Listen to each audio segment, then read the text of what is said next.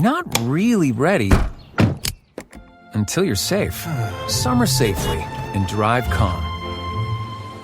Trying to quit smoking? You don't have to quit alone. Way to Quit is here if you need help, have questions, or just need to talk. Tips, resources, and coaches are just a phone call away. Call 1-800-QUIT-NOW. That's 1-800-QUIT-NOW or visit waytoquit.org. Inside Sources. All right, welcome back. I'm Ethan Millard. I'm filling in for Boyd today. And if you know anything about the news, which obviously you do because you listen to KSL, so you are, I would say, among the 1% in terms of information, right? You have information. You absorb good information. And so you know what's happening in Afghanistan. After these many years, we're pulling the plug. We're bailing on it. That was something that President Trump wanted to do, and it is something that President Biden is doing. And we had a chance to chat a little bit with Miles Hansen. And Miles Hansen is the president and CEO of World Trade Center Utah, and he has some experience in that region. He's done work and things like that in that region. And he had a few interesting insights, and I want to hear from you, too. I want to get a few of your insights. Are you as... what's the word I'm looking for? Are you as unsettled as I am about this? Because I really am. Do I want to see this thing wrapped up? Sure, right? Who wants an endless war? But I'm just really not feeling it. And I'm not feeling like this is a major cause for celebration.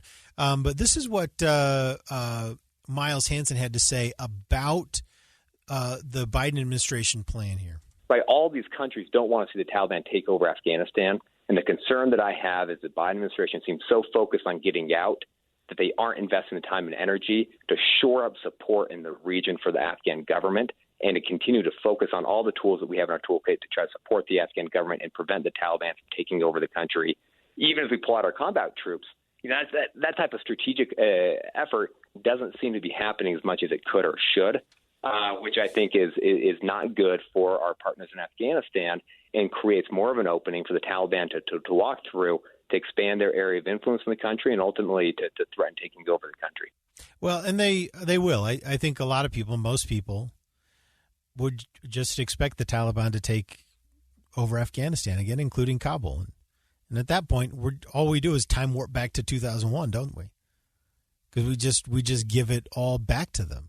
And that's what I don't really like. But it's a little bit disheartening to see how unprepared Afghanistan is after all these years to really run the show themselves. And President Bush this week came out and talked a lot about this and kind of reminded he was an interesting voice to hear from this week because he reminded us how we felt about this back then and what we wanted to do back then. But President Bush was also very critical about our rapid withdrawal and the vacuum that creates that the Taliban are able to fill. And that's where I think it's so important for the Biden administration to work very closely with the countries around Afghanistan and to use these other instruments of U.S. power that we've discussed to help fill that vacuum and make sure that we continue to support our Afghan partners that are going to be there in the Afghan government and Afghan security forces to push back against the Taliban. That would be in the best interest of the United States and also the best interest of the Afghan people. And unfortunately, you read reports about, the United States left Bagram Air Base, one of our largest air bases anywhere in the world outside the United States, in the dead of night. And the Afghan partners in the area didn't even know that we were leaving that particular night. And so that is not the type of robust engagement that should go with a withdrawal and ending of the combat role for the United States in Afghanistan. And that's what I think President Bush is concerned about, and it's concern that I share. Well, and he mentioned the partners around Afghanistan. Or not the partners. That's the wrong word. He didn't say partners. He said the other countries around Afghanistan. And so let's review them, right? What are they? I've got the map right here in front of me. Iran, Pakistan, China. Those are the partners along that southern edge and the eastern edge. Then across the top, you've got Tajikistan, Uzbekistan, and Turkmenistan. But Iran, Pakistan, and China, I mean, these are heavy hitters in terms of risk when it comes to not just the situation in the Middle East, but or in this area, part of Asia, but around the entire world. And we know what happens when there's a power vacuum in Afghanistan. I feel like these countries are well served by the chaos in Afghanistan. I feel like that's something that in the long run they benefit from. That's why we saw it so chaotic before. That's why these crazy groups were allowed to come up. And secondarily, though, we got to think about what happens to the people of Afghanistan. I mean, there's now a generation of young women who went to school. Thanks to us. You know, they went to school because there was an American, and we weren't the only ones. There's also a heavy presence out of Europe. But they went to school. They're educated. They are now educated young women because of American soldiers. American soldiers created that safe space. And now they're going to have to stop going to school. Now those young women who worked so hard to have a career, to have an education, now they have to walk back. And it's so sad. And that is probably the primary reason why I feel so unsettled about this. And I don't mean to sound naive. And I know that there are questions of global policy and diplomacy and balance of power and all of these other questions at play. And I know it's not just about these young women. But it kind of is about these young women, isn't it? What good are these balance of power decisions? What good are these economic and political moves if they're not delivering an improved cost or an improved life to someone? And that was our goal in Afghanistan. And that's always been the goal of the United States. That's the role we've played. We've gone into Europe and said, here's a better way. I saw that personally in Romania. Romania struggled so much with corruption and terrible things.